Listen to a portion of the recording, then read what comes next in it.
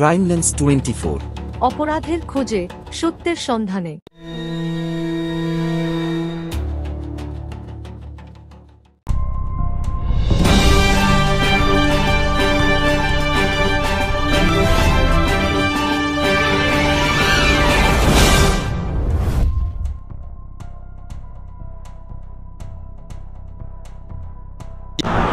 প্রিয় দেশবাসী, আসসালামু আলাইকুম। আমরা এই মুহূর্তে উপস্থিত হয়েছি শহীদ জিয়া রাষ্ট্রপতি জিয়াউর রহমানের আদর্শে অনুপ্রাণিত তার নামকরণ সাপেক্ষে একটি রাজনৈতিক সংগঠন জিয়া সংসদ।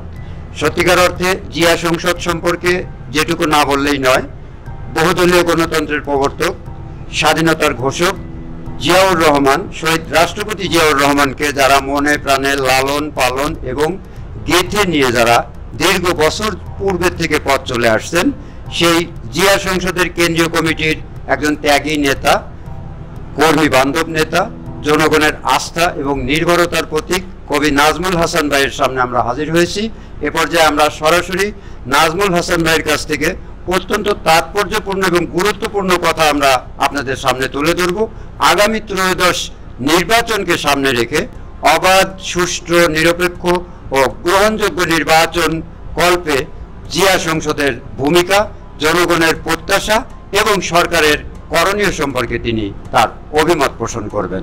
কথা বলছেন সকল মানুষের কাছে যিনি সর্বজন সমাদৃত গ্রহণযোগ্যতা নিয়ে দেশনেত্রী, আপসীন নেত্রী বেগম খালেদা জিয়ার আদর্শে অনুপ্রাণিত বর্তমান জাতীয়তাবাদী দলের ভারপ্রাপ্ত চেয়ারম্যান তারেক রহমানের উদ্দেশ্য ও লক্ষ্য বাস্তবায়নে নিরলস চেষ্টা করে যাচ্ছেন দেশব্যাপী সেই ত্যাগী নেতা, সৎ নেতা জনাব কবি নাজমুল হাসান।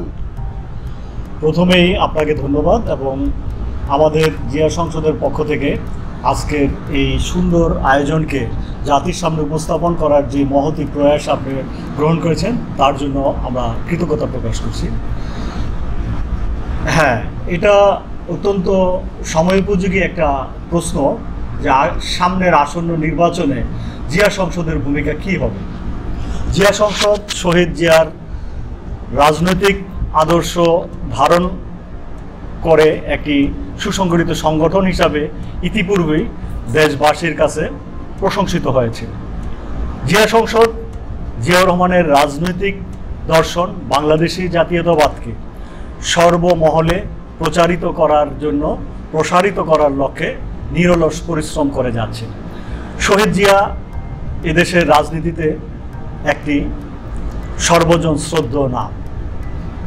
এদেশের সংকটে, সংগ্রামে, উত্থানে জিয়াউর রহমানের যে রাজনৈতিক প্রজ্ঞা, সাহস এবং নিঃস্বার্থ দেশপ্রেম এদেশবাসী প্রত্যক্ষ করেছে, যুগে যুগে তা মানুষ শ্রদ্ধার সাথে স্মরণ করছে।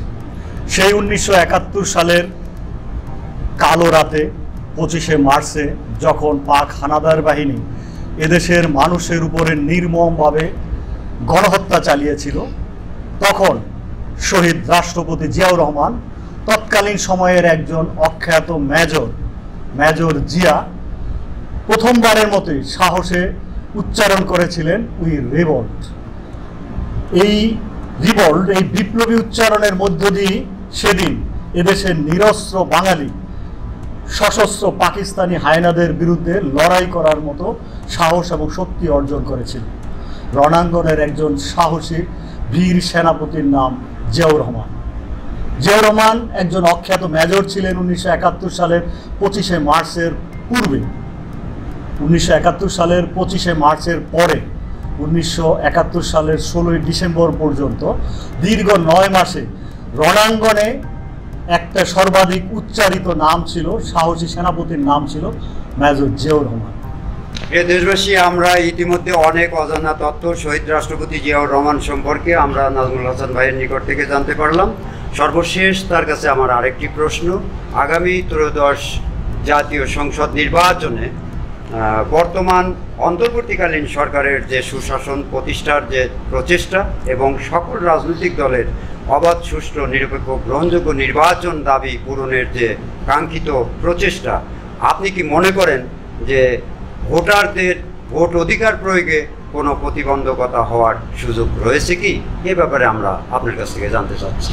আমরা বর্তমান অন্তর্বর্তী সরকারের এই মুহূর্তে দেশে গণতন্ত্র পুনঃপ্রতিষ্ঠা বিনির্মাণ করার যে প্রচেষ্টা, অর্থাৎ নির্বাচনমুখী তাদের যে কর্মতৎপরতা, তাতে আমরা উৎফুল্ল এবং আমরা আশাবাদী এই সরকার তার নির্বাচনী যেই ওয়াদা রয়েছে ফেব্রুয়ারিতে নির্বাচন দেওয়ার জন্য, তার যে কর্মপরিকল্পনা প্রতিনিয়ত ইতিবাচকভাবে যে পদক্ষেপগুলো নিচ্ছেন, তাতে আমরা আশাবাদী যে দেশে এই সরকারের অধীনে সুষ্ঠু, সুন্দর এবং অবাধ নিরপেক্ষভাবে একটি জাতীয় নির্বাচন এ দেশবাসী প্রত্যক্ষ করতে পারবে। বিশেষ করে নতুন ভোটার যারা, তারা এই সরকারের কর্মপরিকল্পনার ফলে সুষ্ঠু, সুন্দরভাবে জীবনের প্রথম ভোট উৎসবমুখর পরিবেশে দিতে পারবে। এবং আমরা আশাবাদী সরকার ফেব্রুয়ারিতে নির্বাচন করার মধ্য দিয়ে দেশের মানুষের কাঙ্ক্ষিত গণতন্ত্রকে পুনঃপ্রতিষ্ঠিত করবেন।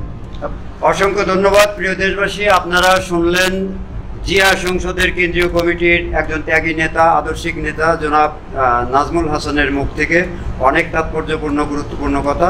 সত্যিকার অর্থে জিয়া সংসদ একটি টেকসই বুনিয়াদী শক্তিশালী সংগঠন হিসেবে আগামী ত্রয়োদশ জাতীয় সংসদ নির্বাচনে জনগণের প্রত্যাশা এবং জাতীয়তাবাদ শক্তির হাতকে আরও বেগবান করবেন বলে আমরা প্রত্যাশা রাখি। ধন্যবাদ। আজকের মতো সবার কাছ থেকেই বিদায়। আবারও দেখা হবে কোনো এক অনুষ্ঠানে। Crime lens 24। অপরাধের খোঁজে, সত্যের সন্ধানে।